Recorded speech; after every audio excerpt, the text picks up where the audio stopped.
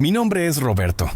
Tengo 42 años y soy conductor de Uber en Ciudad de México desde hace 5. Hoy les voy a contar la historia más loca que me ha tocado vivir. Todo empezó con un viaje de madrugada y un sombrero olvidado en mi coche. Dentro de él había algo que cambió mi vida para siempre y casi me cuesta la vida. Si crees que conoces todas las porquerías que hay en este país, espera a que te cuente lo que descubrí esa madrugada de martes. El secreto estaba en el sombrero y ese secreto casi destruye a mi familia. Eran las 2:30 de la madrugada de un martes cualquiera en La Condesa, Ciudad de México, cuando mi celular pitó. Otro viaje.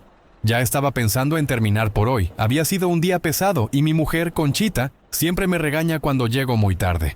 Pero bueno, el dinero es el dinero, y con la situación del país como está, cada peso cuenta. El punto de partida era en un edificio elegante con vista a un parque. Extraño, pensé.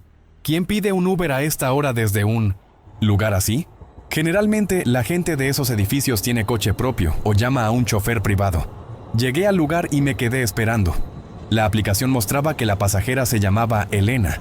Después de unos 5 minutos, una mujer bajó corriendo del edificio. Debía tener unos 35 años, cabello castaño recogido en un moño desordenado, lentes grandes y una cara de no haber dormido en días. Lo que más me llamó la atención fue el sombrero que llevaba, uno de paja, estilo vintage, de esos que ves en películas antiguas. «Buenas noches», dijo entrando al coche, jadeando. «¿Puede llevarme al aeropuerto, por favor? Y si es posible, por el camino más rápido». «Claro, doña Elena». «¿Todo bien?». Se le ve un poco nerviosa. Ella miró por el retrovisor, como si estuviera verificando si alguien la seguía. «Sí, tengo prisa. Vuelo temprano». Qué cosa más rara, ¿no? Un vuelo a las 3 de la mañana. ¿Pero qué se le va a hacer? Cada quien con sus problemas. Salí de La Condesa en dirección al aeropuerto, tomando la avenida Circuito Interior. El tráfico estaba despejado, algo raro en la Ciudad de México, incluso de madrugada. Durante el trayecto, ella estuvo todo el tiempo con el celular, tecleando frenéticamente. De vez en cuando miraba hacia atrás, por los vidrios laterales. Soy curioso por naturaleza, defecto o cualidad, no sé. Así que traté de entablar conversación. ¿Es de aquí, de la Ciudad de México? Sí, pero viajo mucho por trabajo. ¿En qué trabaja? Ella dudó. Contabilidad. Trabajo. Para empresas grandes, ¿sabe? Auditoría, esas cosas. Su voz tenía un temblor que no encajaba con la respuesta. He llevado a muchos ejecutivos y generalmente hablan con más seguridad sobre su propio trabajo. Pero bueno, cada quien es cada quien. Cuando llegamos al aeropuerto, pagó por la aplicación y se bajó rapidísimo.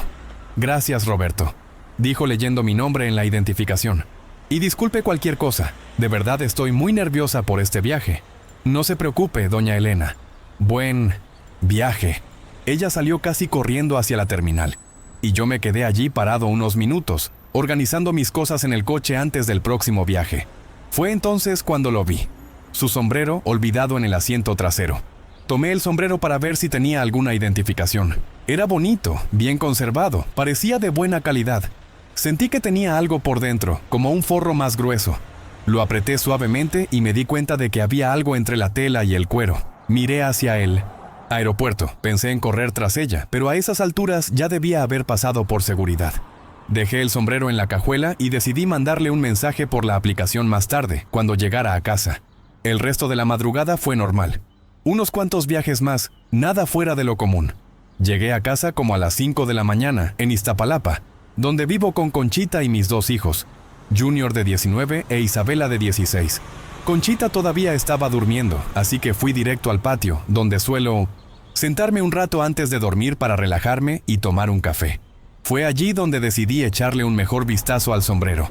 Al examinarlo de cerca vi que tenía una pequeña abertura en la parte interna lateral, casi imperceptible. Parecía a propósito, como un bolsillo secreto. Metí la mano y sentí unos papeles doblados. Amigo, mi corazón se aceleró. No sé por qué, pero tuve un mal presentimiento. ¿Sabe cuando presiente que va a descubrir algo que no debería? Fue exactamente lo que sentí.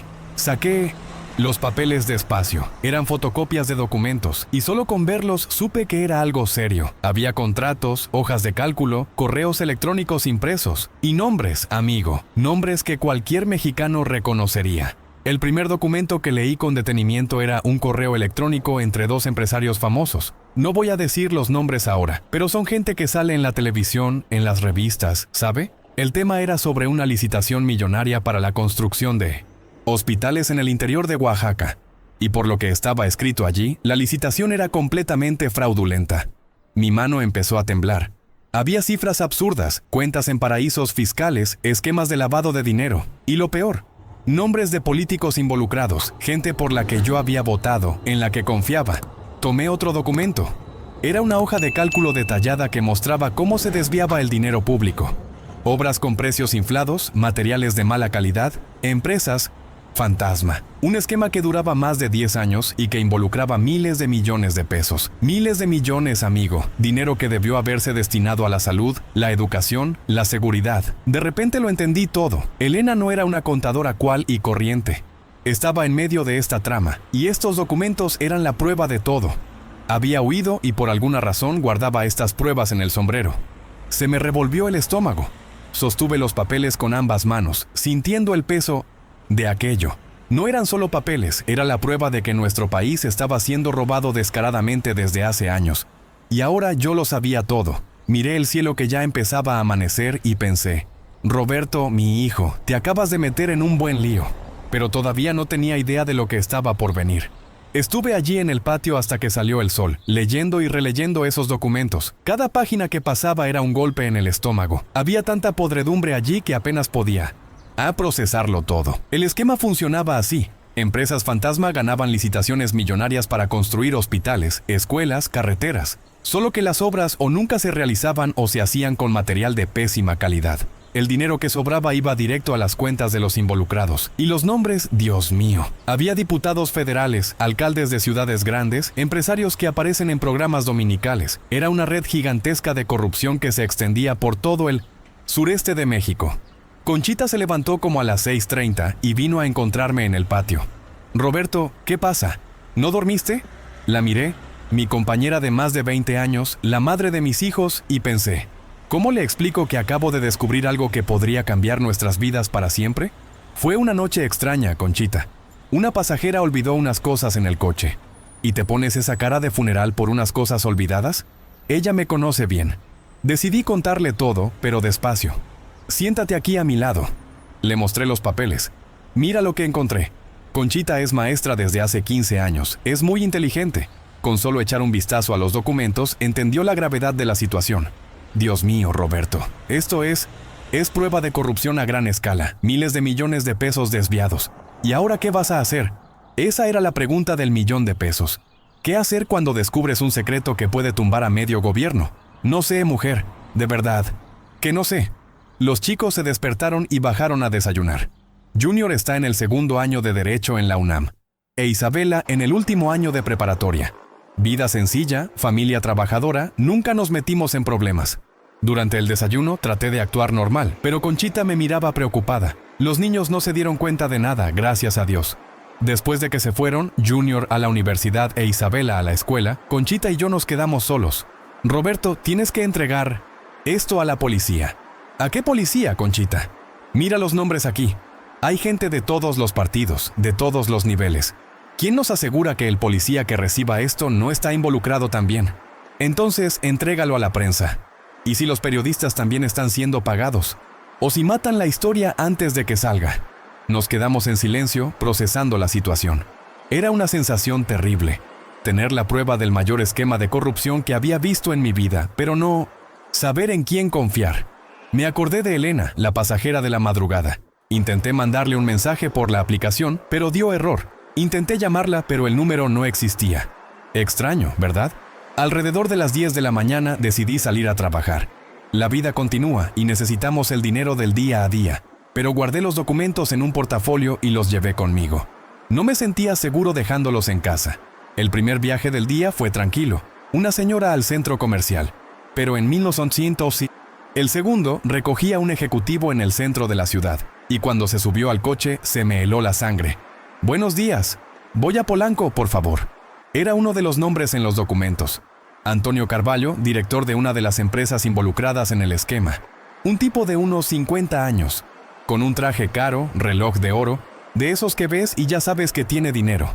Durante el trayecto, él estuvo todo el tiempo en el teléfono, hablando bajo, pero logré escuchar algunas partes. Problema resuelto. Ella ya no va a molestar, documentos a salvo. Me sudaban las manos en el volante.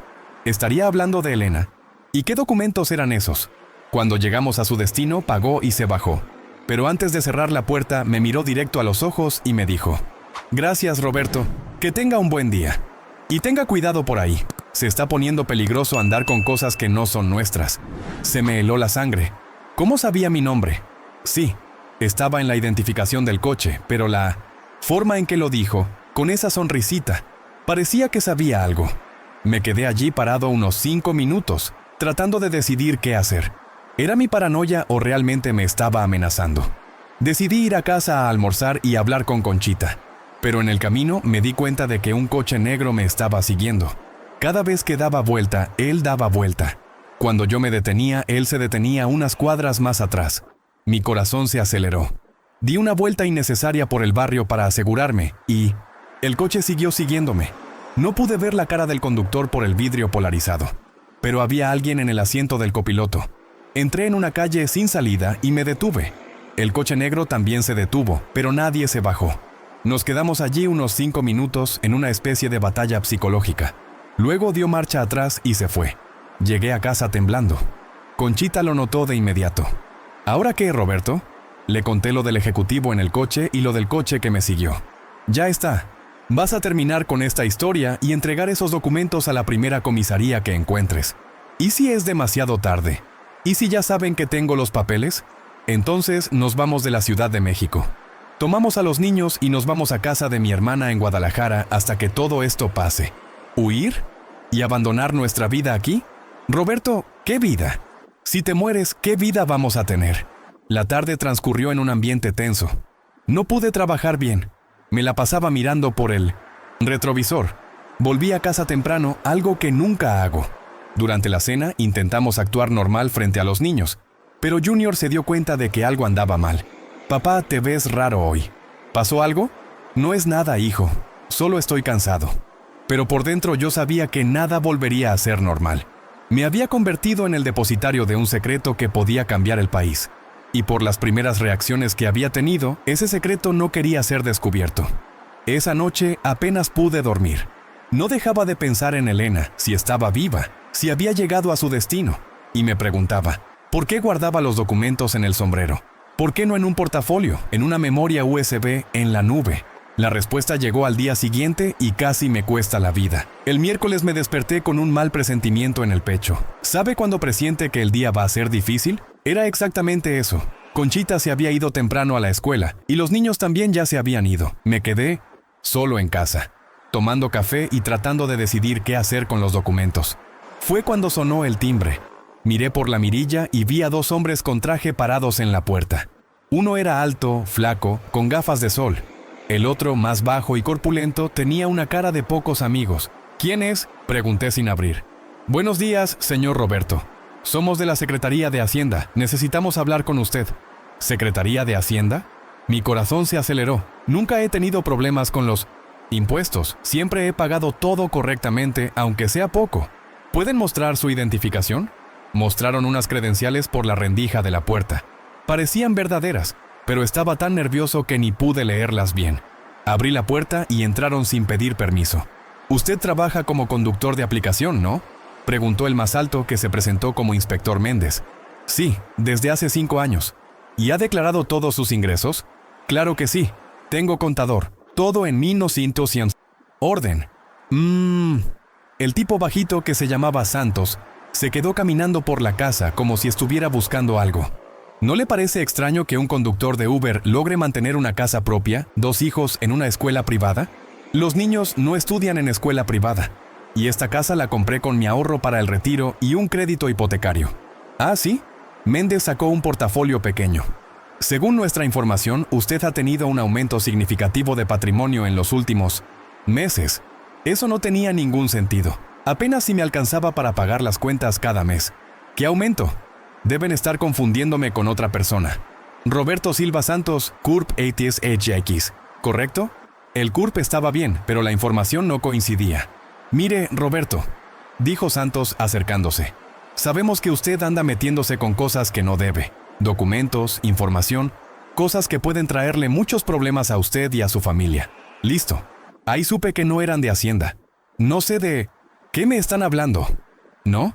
Entonces, ¿por qué tiene un portafolio con documentos confidenciales en su coche? ¿Cómo sabían eso? Mi coche estaba en el garaje, cerrado con llave. Mire, amigo, continuó Méndez, sentándose en mi sofá como si estuviera en su casa. Usted parece ser una buena persona, padre de familia, trabajador. Sería una lástima que le pasara algo, o a su familia. La amenaza fue directa. Sentí que la sangre se me subía a la cabeza. ¿Me están amenazando? ¿Qué dice Roberto? Solo estamos hablando. Santos sonrió, pero era una sonrisa helada. Queremos ayudarle. Usted se metió en una situación complicada sin querer, ¿no? Agarró unas cosas que no eran suyas. Encontré un sombrero olvidado en mi coche. Exacto. Y el sombrero no era suyo. Tampoco lo que tenía dentro. Sabían de todo. ¿Pero cómo? Tenemos una propuesta para usted, dijo Méndez. Nos entrega los documentos, nos olvidamos de que esto pasó y además usted se gana una lanita por el problema. ¿Cuánto? Pregunté, más para ganar tiempo que por interés. 50,000 pesos en efectivo. Era más dinero de lo que ganaba en un año. Pero ahí supe que esos papeles valían mucho más que eso. ¿Y si no quiero? Los dos se miraron. Roberto, usted tiene una hija de 16 años, ¿verdad? Isabela, estudiante del Colegio de Ciencias y Humanidades. Sale de casa todos los días a las 7:15. Toma el camión en la esquina. Se me oscureció la vista. Conocían la rutina de mi hija. Y su hijo, Junior, estudia en la UNAM. Siempre anda con esa mochila negra. Le gusta ir al bar de Don José después de clase. ¡Paren!, grité. ¡Paren ya! No queremos que les pase nada, Roberto. Son jóvenes, tienen toda la vida por delante. Sería triste si... No pude controlarme más. Me lancé hacia Santos, pero Méndez me detuvo. Calma, calma, solo estamos hablando. Fuera de mi casa, ahora. Está bien, Roberto, nos vamos. Pero piense en nuestra oferta, ¿eh? 50,000 pesos es mucho dinero. Y lo más importante, su familia estará segura. Se levantaron para irse. Ah, dijo Santos en la puerta. Tiene hasta el viernes para decidir. Volveremos aquí a la misma hora. Y Roberto, no intente ir a la policía. La mitad de los policías de la Ciudad de México son amigos nuestros. Después de que se fueron, me quedé parado en la sala, temblando. Ya no se trataba solo de mí. Era sobre mi familia. Llamé a Conchita a la escuela. Conchita, ¿puedes venir a casa ahora? Roberto, estoy dando clases. ¿Qué pasó? Es urgente, por favor.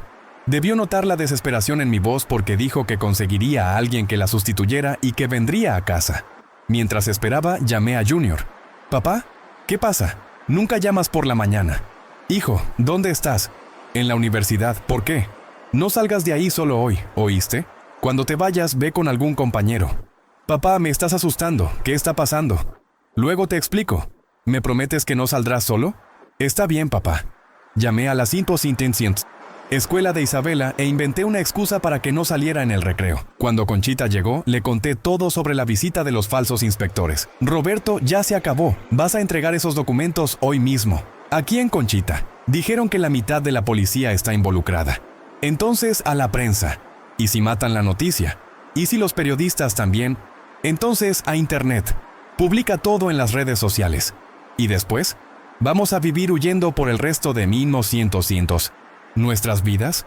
Nos quedamos allí discutiendo hasta el mediodía, sin llegar a ninguna conclusión. Lo que sabía era que tenía 2 días para decidir entre 50,000 pesos y la seguridad de mi familia, o hacer lo correcto y arriesgar nuestras vidas.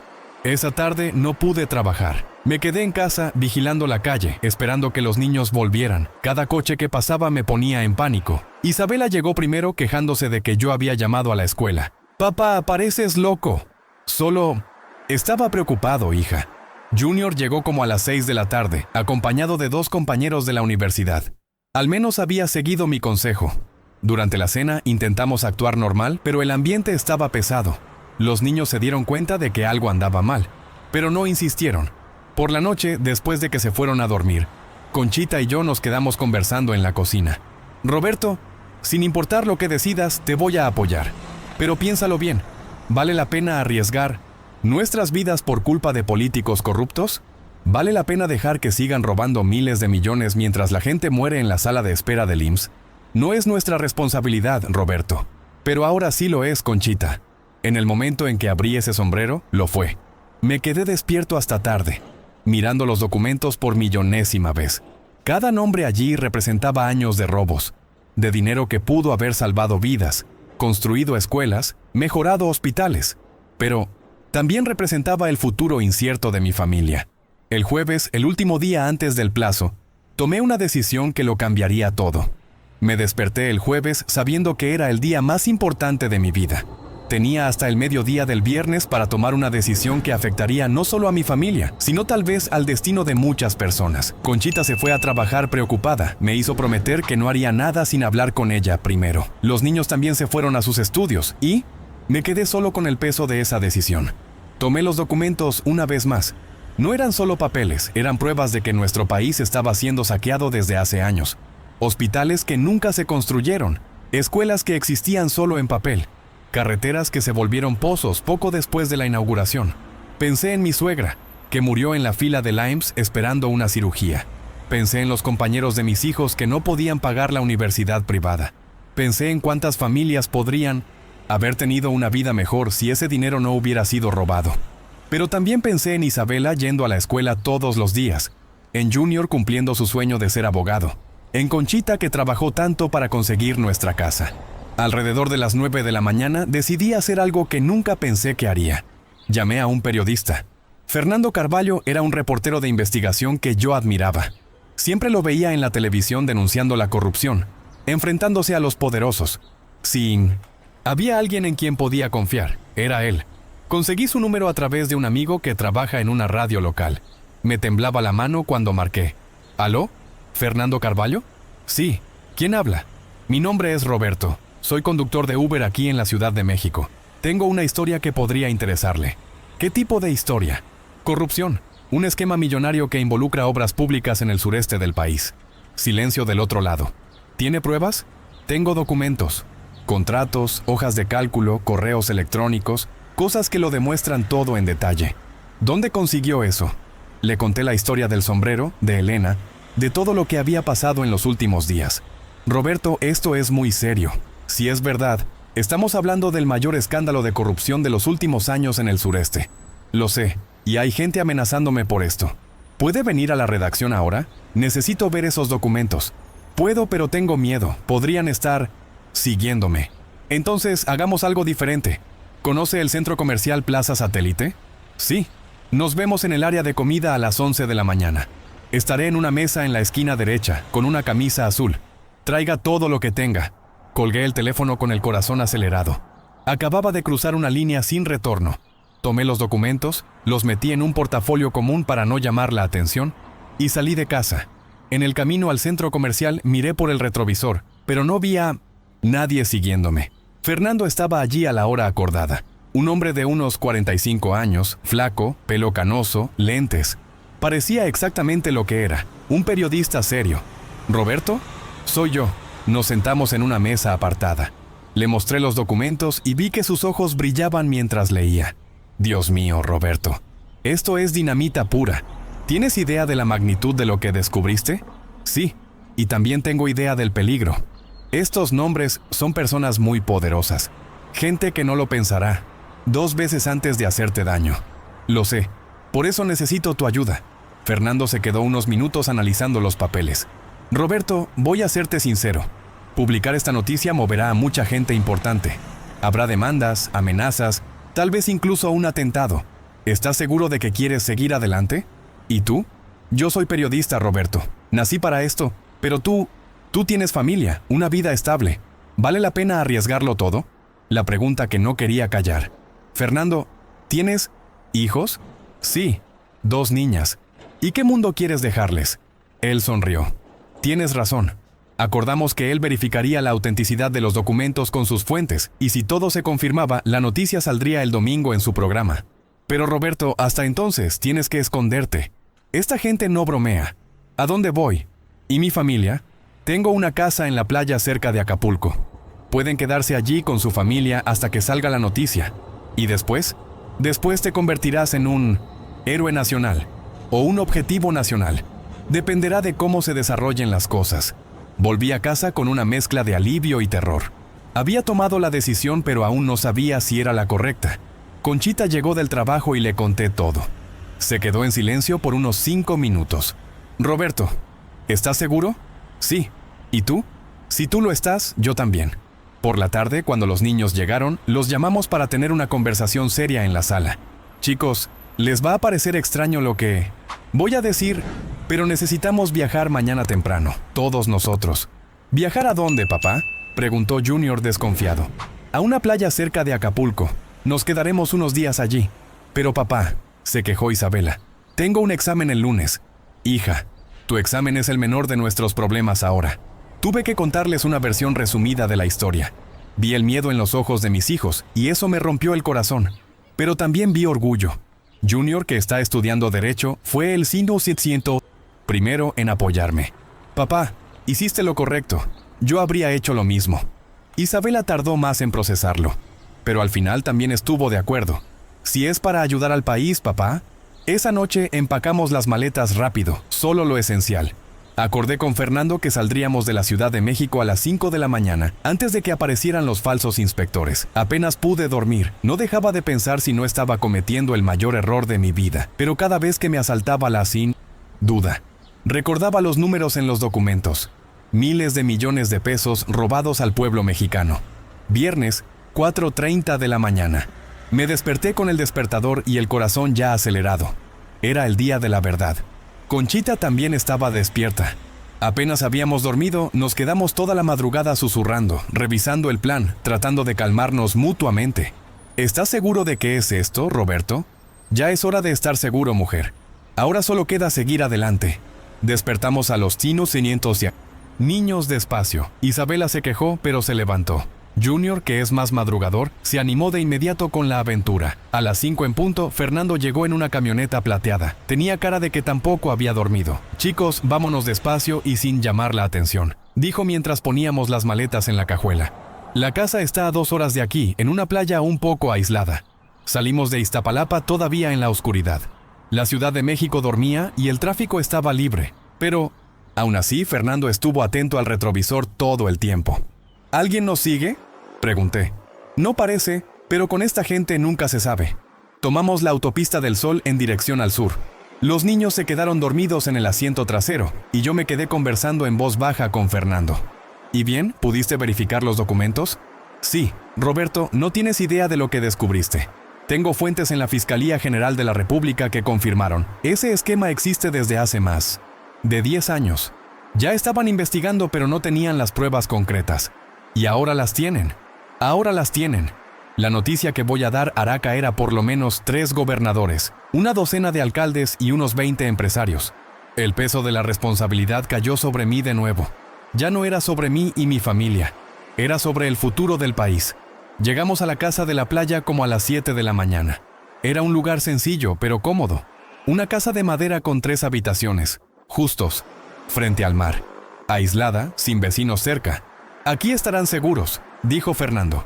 Hay comida en el refrigerador para unos días. La conexión a internet funciona bien. Y lo más importante, nadie más sabe de este lugar, solo yo. ¿Cuánto tiempo nos quedaremos aquí? La noticia saldrá al aire el domingo por la noche. El lunes por la mañana todo México sabrá la historia. Después de eso estarán protegidos por la opinión pública. ¿Y si no lo estamos? Fernando me miró seriamente. Entonces, tendremos que improvisar. Se fue al mediodía llevándose una copia de los documentos. Nos quedamos allí los 4 en una casa extraña, esperando que nuestra vida cambiara para siempre. El primer día fue raro. Los niños se sentían un poco perdidos sin su rutina. Conchita trataba de mantener la normalidad, preparando el almuerzo, organizando las cosas. Yo estaba inquieto, caminando de un lado a otro. El sábado la ansiedad aumentó. Fernando llamó por la mañana. Roberto, cambio de planes. La noticia saldrá hoy por la noche, en el noticiero de Televisa. ¿Por qué? Descubrimos que ya saben que pasaste los documentos a la prensa. Tiene que ser ahora, antes de que intenten impedirlo. ¿Cómo lo descubrieron? No sé, pero lo descubrieron. Quédense en la casa, no salgan por nada. Colgué el teléfono con un nudo en el estómago. Lo sabían. ¿Pero cómo? Alrededor de las 2 de la tarde, Conchita estaba en la cocina cuando gritó. «Roberto, ven rápido». Corrí a ver qué era. Por la ventana de 1950, la cocina, se podía ver el camino de tierra que llevaba a la casa. Había un coche negro parado allí abajo, medio escondido detrás de unos árboles. ¿Cuánto tiempo lleva allí? Acabo de verlo. Llamé a los niños. Junior, Isabela, vengan aquí, despacio. ¿Qué pasa, papá? Hay un coche extraño allí abajo. Vayamos todos a la habitación del fondo, lejos de las ventanas. Fue cuando me di cuenta. La casa solo tenía una salida. Si subían, estaríamos acorralados. Llamé a Fernando. Fernando, hay gente aquí. ¿Cómo que hay gente? Hay un coche en el camino vigilando la casa. Maldita sea. Roberto, escucha. Hay un sendero detrás de la casa que lleva directo a la playa. Tomen solo lo esencial y salgan por ahí. ¿Y después? Después caminen por la playa hasta la ciudad. Allí hay un hotel que se llama Pousada del Mar. Hablen con la dueña, doña Marlene. Digan que son amigos de Fernando. Ella los cuidará. ¿Cuánto tiempo tenemos? No sé, pero no tarden. Colgamos. Miré a mi familia, todos con cara de miedo. Chicos, vamos a tener que salir de aquí, ahora. Tomamos solo las mochilas con lo esencial. Conchita guardó las medicinas. Yo tomé los documentos originales que había traído y salimos por la parte de atrás de la casa. El sendero era estrecho y un poco empinado, pero en 15 minutos llegamos a la playa. Empezamos a caminar por la arena, lejos del agua para no dejar huellas muy visibles. Papá, ¿qué tan lejos está la ciudad?, preguntó Isabela, ya cansada. Unos 3 kilómetros. Aguanta, hija. Caminamos por 1 hora bajo el sol fuerte. Junior ayudaba a su hermana. Conchita estaba preocupada, pero firme, y yo me la pasaba mirando hacia atrás, esperando ver a alguien siguiéndonos. Llegamos a la ciudad como a las 4 de la tarde. El Pousada del Mar era pequeño, muy sencillo, justo en la orilla de la playa. Doña Marlene era una señora de unos 60 años, cabello blanco, sonrisa acogedora. Cuando le dijimos que éramos amigos de Fernando, ni siquiera preguntó.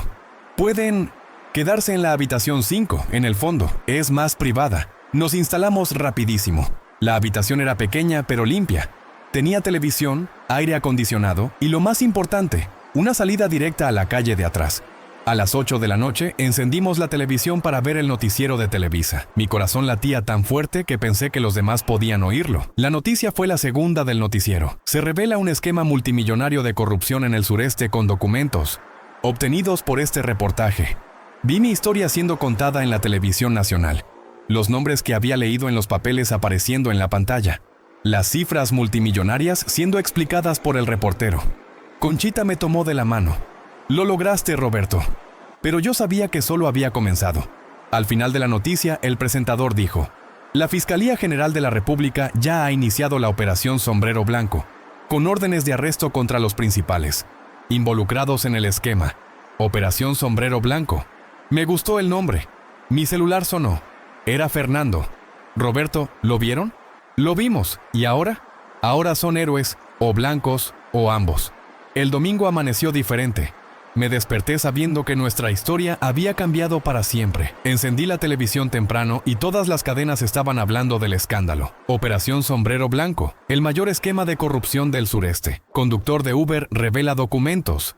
Explosivos. Mi nombre estaba en boca de todo México. Fernando llegó al hotel como a las 9 de la mañana, acompañado de 2 agentes de la Fiscalía General de la República. «Roberto, quiero que conozcas al comandante Marcos y al agente Silva. Vinieron a garantizar su seguridad».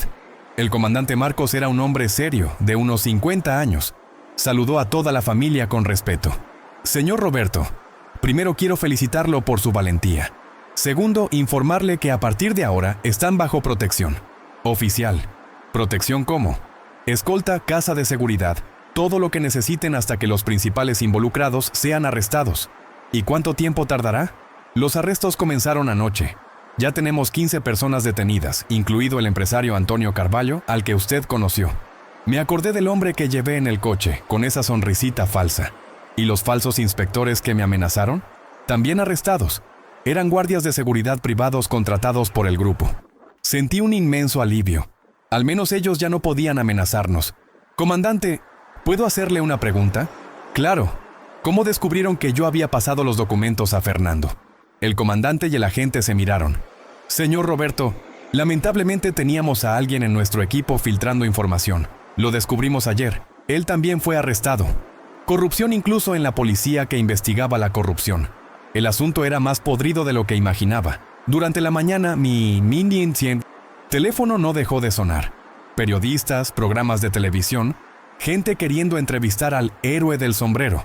Pero los agentes federales me aconsejaron no hablar con nadie hasta que la operación terminara por completo.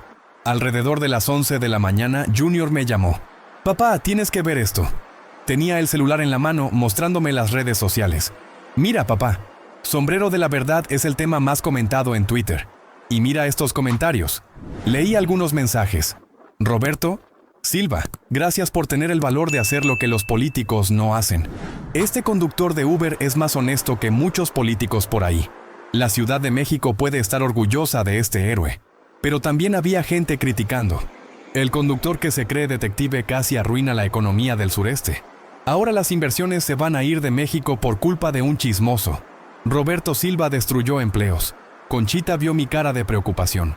Roberto, no hagas caso. Siempre habrá gente quejándose cuando alguien hace lo correcto. Pero yo seguía pensando, ¿realmente había hecho lo correcto? ¿Cuántas personas perderían su empleo porque las empresas involucradas irían a la quiebra? ¿Cuántas obras se detendrían? El agente Silva notó mi preocupación. Señor Roberto, ¿puedo decirle algo? Llevo 15 años trabajando en esto. He visto muchos esquemas de corrupción, pero nunca vi algo de esta magnitud. Usted no destruyó empleos.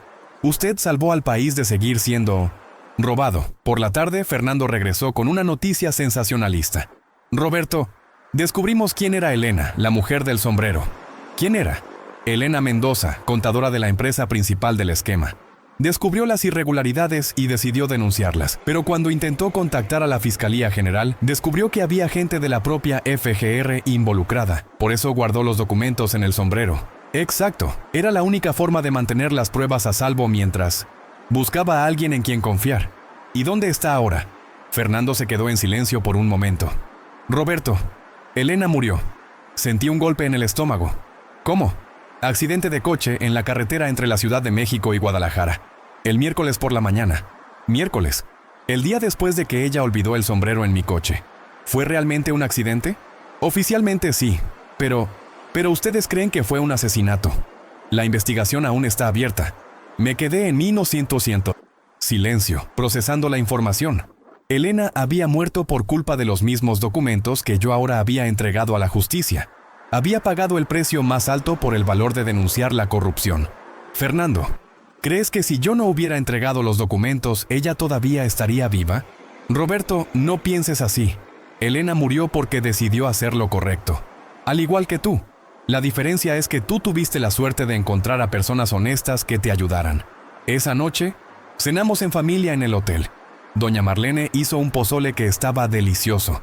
Y por primera vez en días pudimos relajarnos un poco. Papá, dijo Isabela, estoy orgullosa de ti. ¿Por qué, hija? Porque hiciste lo que tenías que hacer, incluso sabiendo que era peligroso.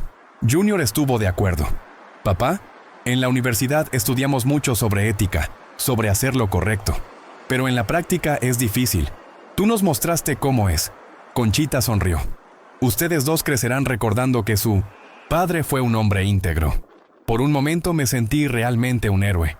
Pero aún faltaban las consecuencias finales de nuestra decisión. El lunes llegó con más sorpresas. Me desperté con el comandante Marcos tocando la puerta de la habitación. Señor Roberto, necesitamos hablar. Descubrimos algo importante. Bajé a la recepción del hotel, donde él estaba con otros 2 agentes que yo no conocía. ¿Qué pasó, comandante? Anoche arrestamos al último involucrado en el esquema, un tipo llamado Josué Pereira. El nombre no me sonaba de nada. ¿Y? Josué lo confesó todo, incluyendo detalles sobre la muerte de Elena. Sentí que se me oprimía el estómago. No fue un accidente, ¿verdad? No, fue un asesinato. Descubrieron que ella había copiado los documentos e intentaron recuperarlos. Cuando no dijo dónde estaban, la mataron y simularon el accidente. Me quedé en silencio tratando de procesarlo. Elena había sido asesinada por hacer exactamente lo que yo hice. Pero hay más, Roberto. Josué contó algo que podría interesarle. ¿Qué?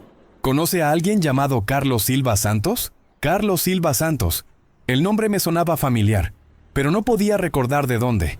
No sé, tal vez. ¿Por qué? Según Josué, Carlos Silva Santos era el contador principal del esquema hace unos 15 años. Él fue quien creó todo el sistema de desvío de dinero. Pero desapareció en 2008 y nadie volvió a saber de él. ¿Y qué tiene que ver eso conmigo? El comandante me mostró una foto antigua, un poco descolorida. Cuando vi la foto, casi me caigo de la silla. Era mi padre. Esto es mi padre, balbuceé.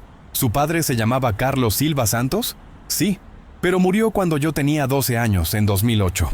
Los agentes se miraron. Roberto, su padre no murió. Entró en el programa de protección a testigos. El mundo giró a mi alrededor. Mi padre... vivo. ¿Cómo es eso? En 2008, su padre descubrió que el esquema de corrupción iba a ser investigado. Buscó a la Fiscalía General de la República y ofreció su colaboración a cambio de protección. Como él lo sabía todo, aceptamos. Pero para protegerlos a ustedes, fingimos su muerte. Fingieron su muerte. ¿Le mintieron a mi madre, a mí? Roberto, era la única forma de mantenerlos a todos a salvo. Si hubieran sabido que su padre estaba vivo, los habrían usado a usted y a su madre para llegar a él. Me quedé allí parado, tratando de procesar 15 años de mentira. ¿Mi madre había sufrido tanto por la muerte de su marido? ¿Yo? Crecí sin padre por culpa de una farsa. ¿Y dónde está ahora? En Monterrey con una nueva identidad. Se llama Juan Carvalho, trabaja como contador en una empresa pequeña. ¿Él sabe de mí? ¿De mi familia? Sí. Lo mantenemos informado, pero de lejos. Él sabe que se casó, que tiene hijos, que trabaja como conductor. ¿Y por qué me están contando esto ahora? Porque con el fin de la operación ya no hay peligro. Todos los involucrados fueron arrestados. Su padre puede volver a la vida normal. ¿Él quiere verme? El comandante sonrió por primera vez. Roberto no ha hablado de otra cosa en 15 años. Subí a la habitación tambaleándome. Conchita enseguida notó que algo andaba mal. Roberto, ¿qué te pasa? Le conté todo. Sobre mi padre, sobre la farsa de su muerte, sobre que estaba vivo en Monterrey desde hacía 15 años. Conchita se quedó en shock. Dios mío, Roberto, tu padre está vivo. Sí, y quiere verme. ¿Y tú? ¿Quieres verlo? Esa era la pregunta del $1,900,000. 15 años de rabia, de dolor, de nostalgia. ¿Cómo procesarlo todo? No sé, Conchita, de verdad que no sé. Llamamos a los niños y también les contamos. La reacción fue diferente. Se emocionaron con la idea de conocer a su abuelo. Papá, tenemos que ir a Monterrey, dijo Isabela. Sí, papá. Imagínate, creciste pensando que no tenías padre, y él ha estado vivo todo este tiempo, añadió Junior. Pero yo estaba confundido. Por un lado, la felicidad de saber que mi padre estaba vivo. Por otro, la rabia de saber que mi madre murió sin saber la verdad. Fernando llegó al hotel como a las 2 de la tarde. ¿Y bien, Roberto? ¿Te enteraste de la noticia sobre tu padre? Sí. ¿Y ahora? Ahora tú decides. ¿Quieres verlo? Fernando, ¿puedo hacerte una pregunta? Claro. ¿Tú sabías? Cuando me buscaste, ¿ya sabías quién era mi padre? Fernando se quedó en silencio por un momento. Lo sospechaba. Cuando apareciste con los documentos, la coincidencia me pareció extraña. Un conductor de 1900 Uber con el mismo apellido del contador desaparecido, encontrando exactamente los documentos que faltaban para cerrar el caso. ¿Crees que fue una coincidencia? No sé, Roberto. Quizás el destino tiene sus formas de ajustar cuentas. Por la tarde, el comandante Marcos vino con una propuesta. Roberto, organizamos un vuelo a Monterrey para mañana. Su padre está ansioso por verlo. ¿Y mi familia? Todos pueden ir. De hecho, sería bueno. Su padre quiere conocer a sus nietos. Conchita me miró. La decisión es tuya, Roberto. Pensé en toda la historia. En el sombrero, en los documentos, en Elena, en las amenazas, en la huida. Y ahora, descubrir que mi padre, al que creía muerto desde hacía 15 años, estaba vivo y había sido una pieza fundamental en el mismo esquema que yo ayudé a desmantelar. No podía ser una coincidencia. Está bien, vamos a Monterrey. Esa noche apenas pude dormir. Mañana me reencontraría con mi padre después de 15 años de separación. Mañana descubriría cómo era su voz. Si había cambiado, si todavía le gustaba el fútbol. Y lo más importante, descubriría si podía perdonarlo por haberme hecho creer que estaba muerto. Martes, 10 de la mañana. Aeropuerto de Monterrey. Bajamos del avión y fuimos recibidos por 2 agentes federales locales. Mi corazón latía tan fuerte que pensé que iba a explotar. Señor Roberto, su padre está en el hotel. Llegamos en media hora. Durante el trayecto me quedé en silencio. Conchita me tomó de la mano. Los niños estaban ansiosos por conocer a su abuelo, y yo no sabía qué sentir. El hotel era sencillo, pero cómodo, en la zona de fundidora. Subimos al 5º piso, habitación 507. El agente tocó la puerta. Juan, llegaron. La puerta se abrió despacio. Y allí estaba él, mi padre. 15 años más viejo, con todo el pelo blanco, unos kilos de más, lentes que no recordaba que usara. Pero era él. Roberto. Fue todo lo que pudo decir. Nos quedamos allí parados, mirándonos. 15 años de cientos. Nostalgia, rabia, dolor, amor, todo mezclado en un solo momento. Fue Isabela quien rompió el silencio. ¿Abuelo? Mi padre la miró con lágrimas en los ojos. Mi nieta. A partir de ahí fue un torbellino de emociones. Mi padre abrazó a sus nietos, saludó a Conchita y por último me abrazó a mí. Roberto, mi hijo, ¿cómo has crecido? Sentí su olor, el mismo perfume barato que usaba cuando yo era niño. Y por un momento, volví a ser el niño de 12 años que perdió a su padre. ¿Papá? ¿Por qué? ¿Por qué mintieron? Siéntate aquí, hijo. Voy a explicarlo todo. Pasamos toda la tarde conversando. Mi padre me contó cómo descubrió el esquema de corrupción, cómo se dio cuenta de que iba a ser arrestado junto con los demás si no hacía nada. Roberto, yo no era un ladrón, era contador, hacía mi trabajo, pero cuando me di cuenta de la magnitud del robo, ya no pude participar. ¿Y por qué no lo denunciaste antes? Lo intenté, pero en esa época la corrupción llegaba incluso a la Fiscalía General de la República. No había en quién confiar. Entonces fingiste que moriste y nos abandonaste. Mi padre bajó la cabeza. Fue la decisión más difícil de mi vida, pero era la única forma de protegerlos. Si hubieran sabido que yo estaba colaborando con la justicia, los habrían usado a tu madre y a ti para llegar a mí. Mi madre murió, papá. Murió sin saber la verdad. Lo sé, hijo, y eso me mata todos los días. Conchita, que estaba escuchando todo, preguntó: Señor Carlos, ¿nunca pensó en volver? ¿En contar la verdad? Lo pensé todos los días, pero los agentes decían que todavía era peligroso, que había gente suelta que podía reconocerme. ¿Y ahora? Ahora todos fueron arrestados, gracias a mi hijo. Mi padre me miró con orgullo. Roberto, cuando supe que habías encontrado los documentos, no lo podía creer. Era como si el destino hubiera cerrado el círculo. ¿Crees que fue una coincidencia? No sé, hijo. Quizás Elena eligió tu coche a propósito. Quizás ella sabía quién eras. ¿Cómo iba a saberlo? Elena era contadora, igual que yo. Nos conocimos hace algunos años cuando ella empezó a desconfiar del esquema. Yo la orienté sobre cómo reunir las pruebas. ¿La conocías? Sí. Y sabía que si un día necesitaba ayuda, tú serías la persona adecuada. Todo empezó a tener sentido. Elena no había olvidado el sombrero por casualidad. Lo había dejado a propósito, sabiendo que yo encontraría los documentos. Papá, ella está muerta. Lo sé, hijo. Y me culpo todos los días por eso. ¿Por qué? Porque yo fui quien le enseñó a guardar documentos en lugares inusuales. Fue idea mía esconder las pruebas en el sombrero.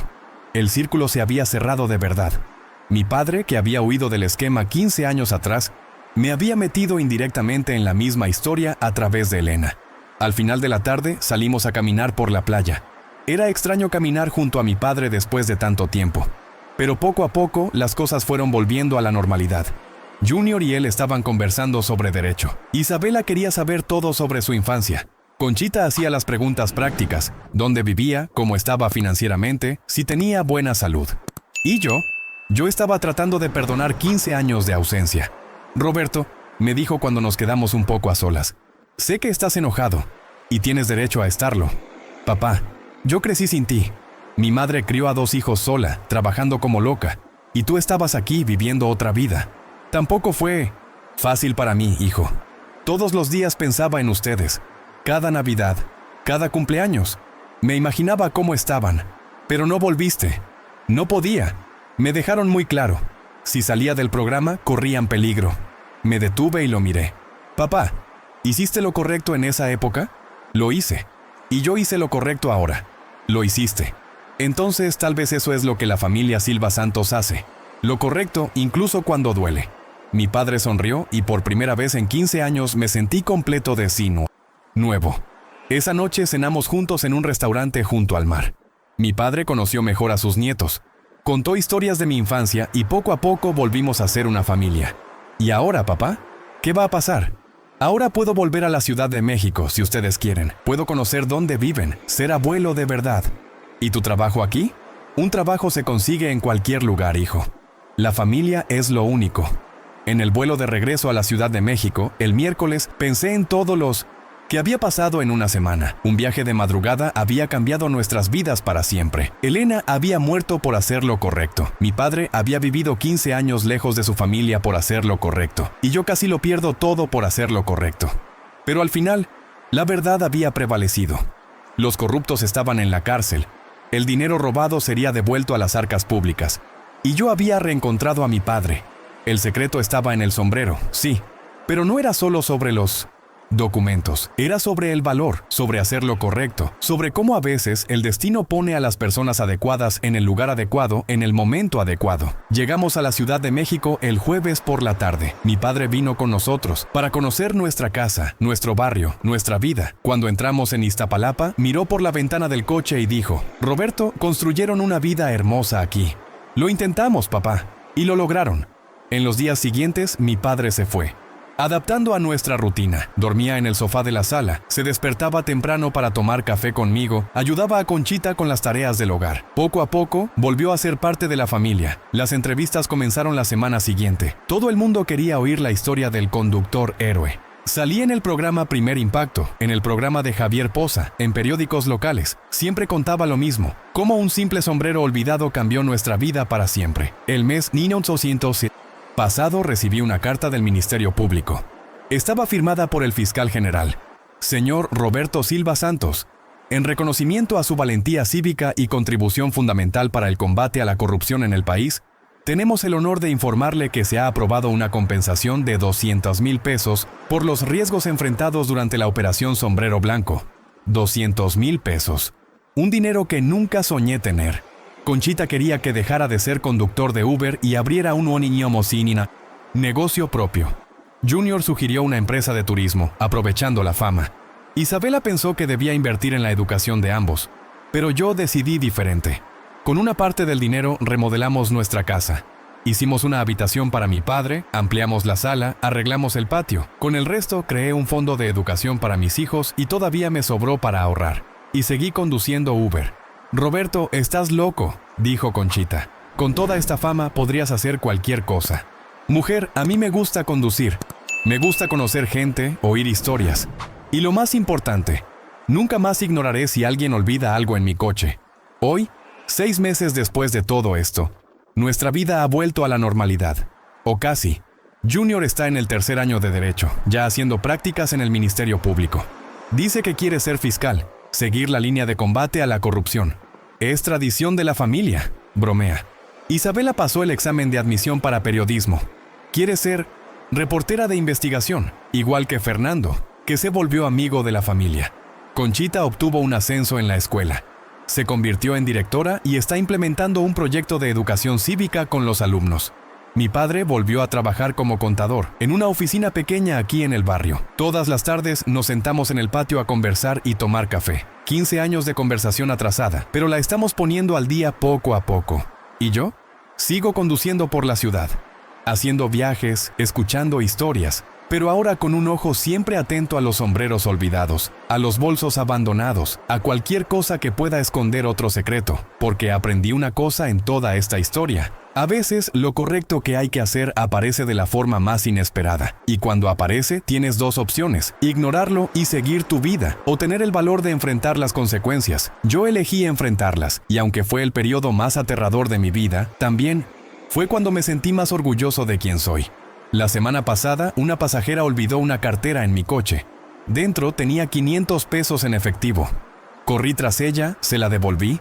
Se sorprendió tanto que me dio 50 pesos de propina. ¿Cómo todavía existe gente honesta así?, preguntó. Siempre ha existido, le respondí. A veces solo es cuestión de oportunidad para demostrarlo. Al final de cuentas, el secreto no estaba solo en el sombrero. El secreto estaba en el valor de hacerlo correcto, incluso cuando todo parece conspirar en tu contra. Y ese secreto, amigos, está al alcance de cualquiera de nosotros. Todos los días, en cada esquina, en cada decisión pequeña o grande, tenemos la oportunidad de elegir entre lo fácil y lo correcto. Entre el silencio cómplice y el valor de decir la verdad. Elena eligió hablar. Mi padre eligió denunciar. Yo elegí entregar los documentos. ¿Y ustedes qué elección harán cuando la oportunidad aparezca? Porque una cosa les garantizo: Aparecerá. Tal vez no sea un sombrero con documentos de corrupción. Puede ser un cambio de más en el supermercado, un compañero siendo acosado en el trabajo, un político mintiendo en la televisión. Pero aparecerá. Y cuando aparezca, recuerden nuestra historia. Recuerden que un conductor común de la Ciudad de México cambió el destino de miles de millones de pesos simplemente por haber hecho lo correcto.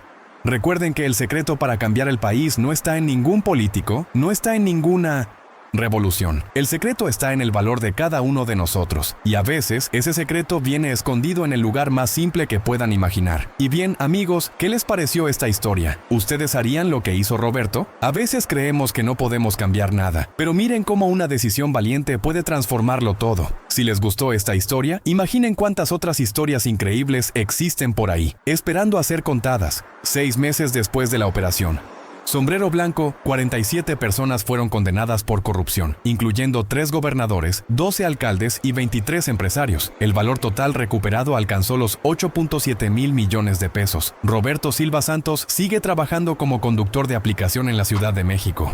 Elena Mendoza fue homenajeada póstumamente como heroína de la transparencia por la Auditoría Superior de la Federación. El sombrero donde todo comenzó está expuesto en el Museo de la Fiscalía General de la República, en la Ciudad de México, en el ala dedicada al combate a la corrupción. La historia del conductor que cambió el país se convirtió en libro, película e inspiró a decenas de personas a denunciar esquemas de corrupción en todo México. Porque a veces, el secreto para cambiarlo todo está en el lugar más simple que puedes imaginar. El secreto está en el sombrero.